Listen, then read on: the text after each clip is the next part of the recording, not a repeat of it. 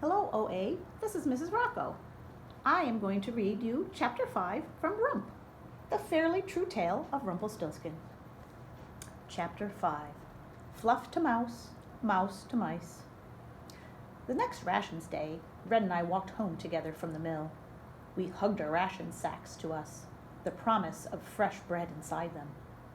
I wanted to ask Red more about her granny and the things she had said to me, but I didn't dare. Not with the way she reacted when I said her granny was strange. Sometimes little things could make Red steaming mad. I just couldn't tell what those little things might be.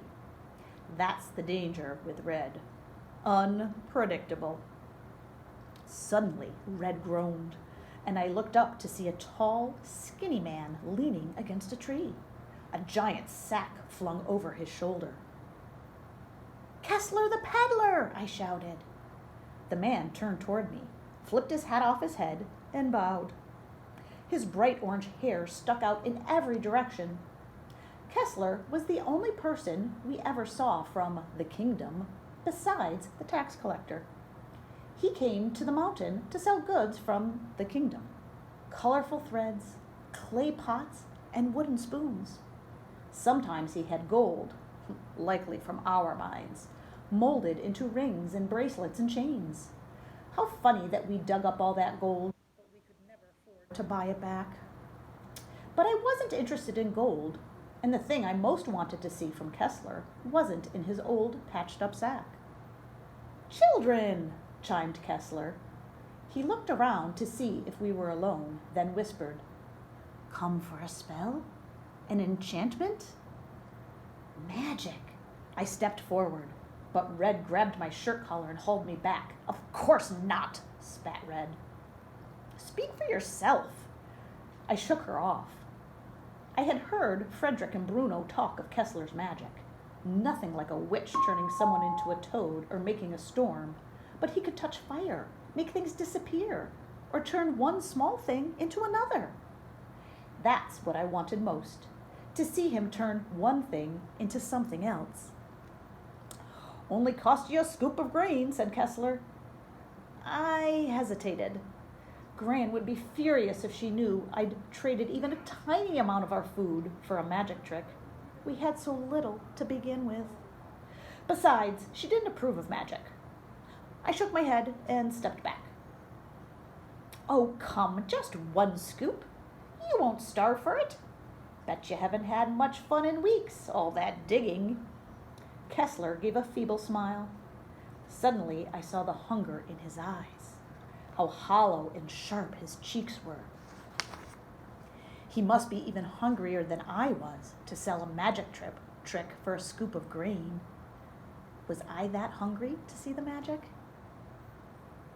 "Can you turn one thing into another?" Of course. He waved me to come closer. "Don't, Rump!" I turned to see Red standing with her arms folded across her rations, glaring at Kessler. Kessler frowned. "There's no harm in it." "Says who?" asked Red. She suddenly looked very motherly.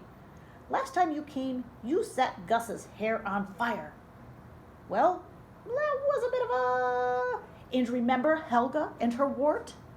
"Purely coincidence," said Kessler, cutting her off with a nervous laugh. He reached into his pockets. "Look-see, no fire, no warts. I will simply turn this bit of fuzz into... a mouse. A mouse!" He waved a tuft of lint in front of my face.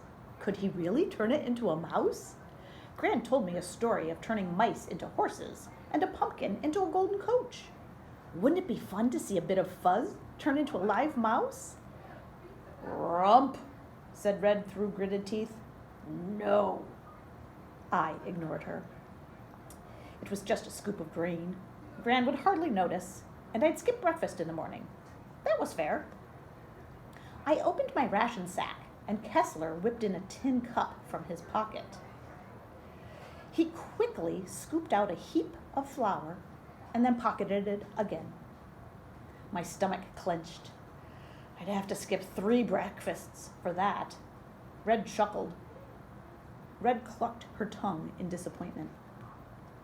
"And now," said Kessler, holding out the piece of lint, "I shall turn this little fuzz into a mouse." Kessler cupped the fuzz in both hands and brought it close to his face. He muttered some words, and his eyes got big and glassy. The fuzz started to tremble and swell. A tail poked out of one end. In the other end grew ears and a pointy little snout and made a tiny squeak. Last to take shape were 4 small paws and 2 beady black eyes. A mouse! He had turned the fuzz into a mouse. "Did you see?" I said to Red, pointing to the mouse.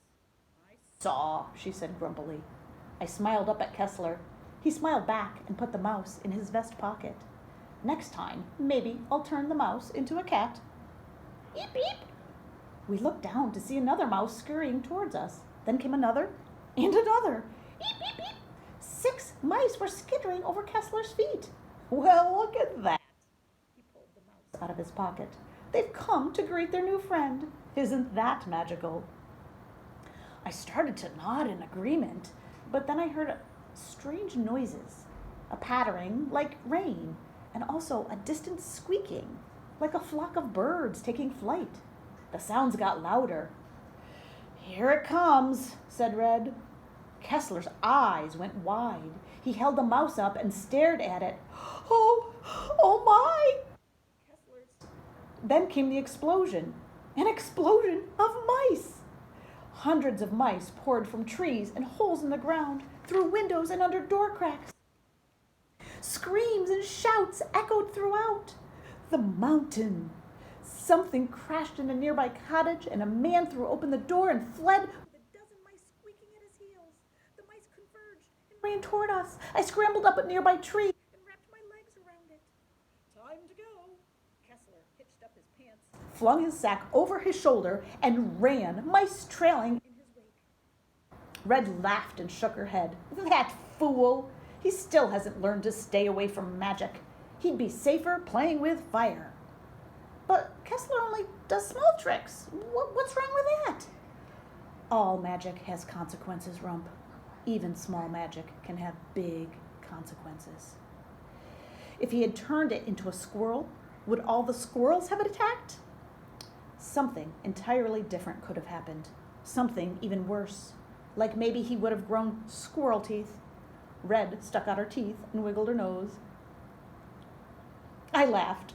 Red dropped her squirrel face, so she looked grave and grim. "For your food, Kessler takes the risk.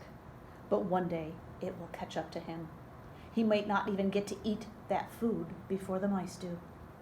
I felt annoyed. What made her think she knew everything about magic? "Well, I thought it was brilliant. I should have paid him more," I said. "Why?" "He got rid of all the mice in the village." Red stared at me, then shook her head and walked away. If I could, I would do magic. I would change lots of things for good, like make myself grow, or turn fuzz into food. I'd put more gold in the mountain. That bit of magic made me hungry for more. More magic, more transformation, and not from Kessler.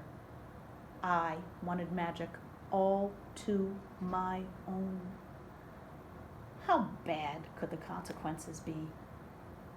And that is the end of Chapter 5. To find out more, you'll need to listen to Chapter 6. Thanks.